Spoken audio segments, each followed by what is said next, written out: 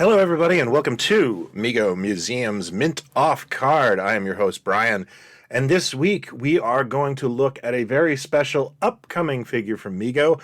I am, of course, talking about the new figure based on the movie Creepshow that'll be hitting stores this spring. For those not in the know, Creepshow was an iconic 1980s horror film written by Stephen King, directed by George Romero, with effects by Tom Savini. Three nobodies in the horror industry. And it was all a loving homage to the EC comics of the 1950s, particularly Tales from the Crypt. And there's a lot of humor in the film. There's a lot of great scares. It is a really wonderful experience. I was too young to see Creepshow in the theaters. However, thanks to a video store in our mall that used to just wheel a VCR out and play a movie, they played Creepshow like on Saturday afternoon, and I watched the whole thing, and it was like, there were like little kids watching, but that's 1983. I think it's really important to note that in the original Creepshow, there was a Mego figure, a cameo by Mego Hulk, so this makes perfect sense. Creepshow has not had a ton of merchandise. There's been some 3 3/4-inch figures from Amok Time Toys, and I believe NECA did the actual Creep figure itself, but this is a very welcome thing to get it in the 8-inch scale, as we're big fans here. And the first figure they decided to go with is Nathan from Father's Day, the first segment of the film. Father's Day is a very atypical Tales from the Crypt type story. I would liken it to Poetic Justice, which was actually in the first Tales from the Crypt film in the 70s.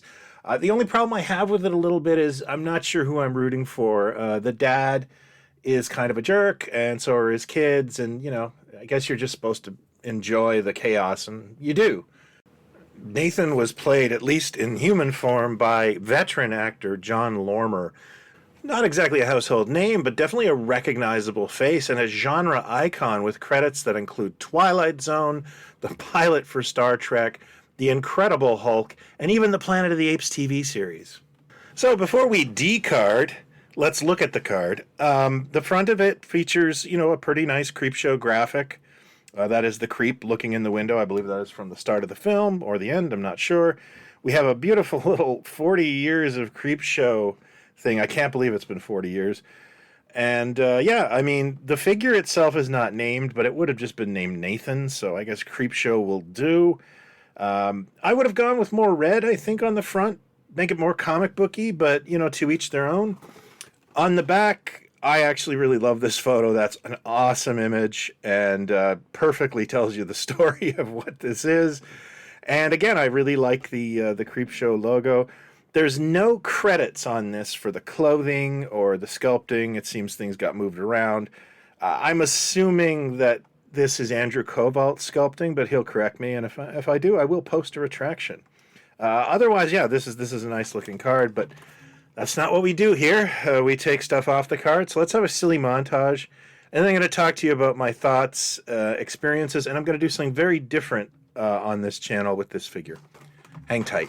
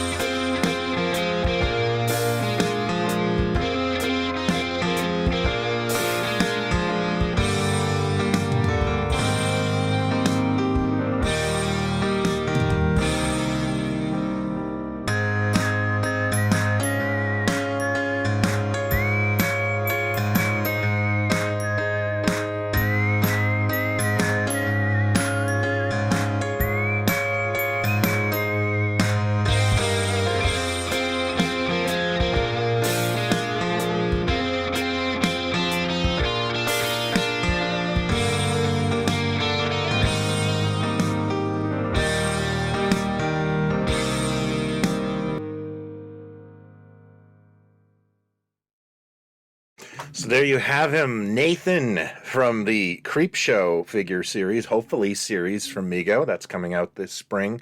My first thoughts on this is this suit is crunchy.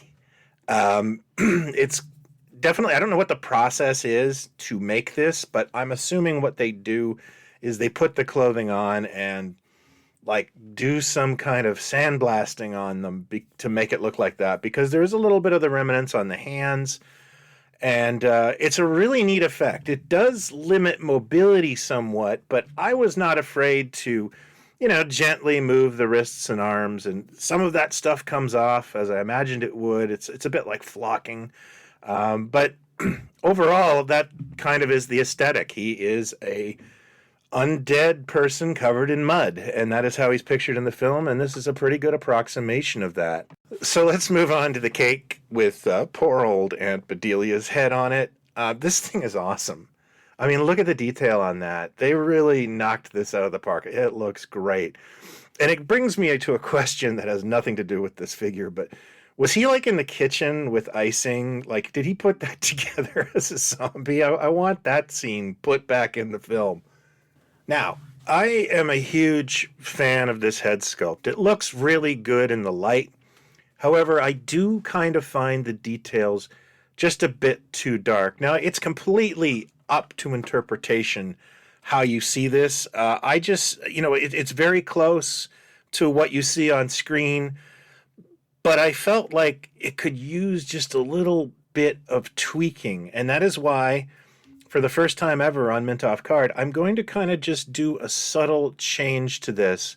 I liked the head sculpt so much, I want to see a little bit more of it. And what I'm going to do is I'm going to take out my acrylic paints, spend no more than like a couple of minutes just putting a little dry brush on there. I don't feel you have to do this. I think it's a perfectly fine figure the way it is.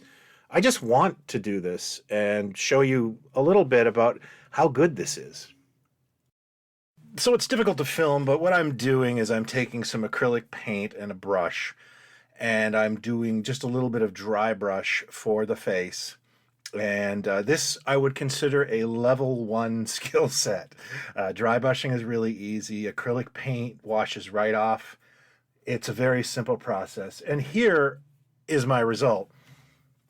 As you can see, what I've done, and this took me 2.5 minutes, by the way.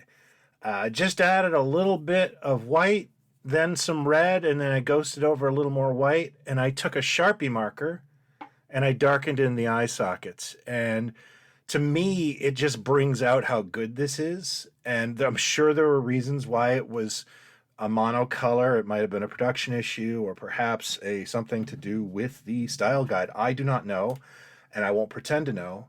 But I do kind of like it this way, and I just thought I'd offer that as a suggestion if you do take him out of the box. But I think he's perfectly fine either way. This is a great figure.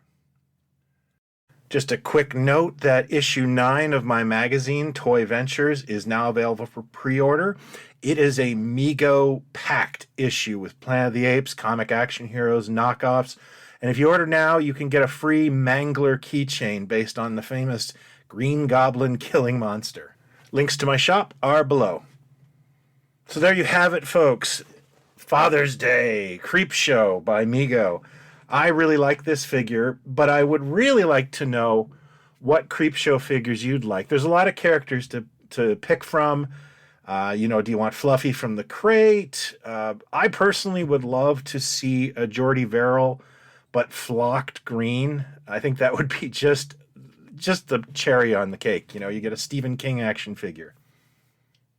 But you can let me know in the comments below, or hit me up at the Mego Museum forums or our Facebook group Mego Mania. That's it for me, folks. If you're new to this, I hope you will consider to like and subscribe. We do this every week. If you're not new to this, please consider sharing it and liking it. It really helps me out. Thanks as always. Be well and buy what you like. Cheers.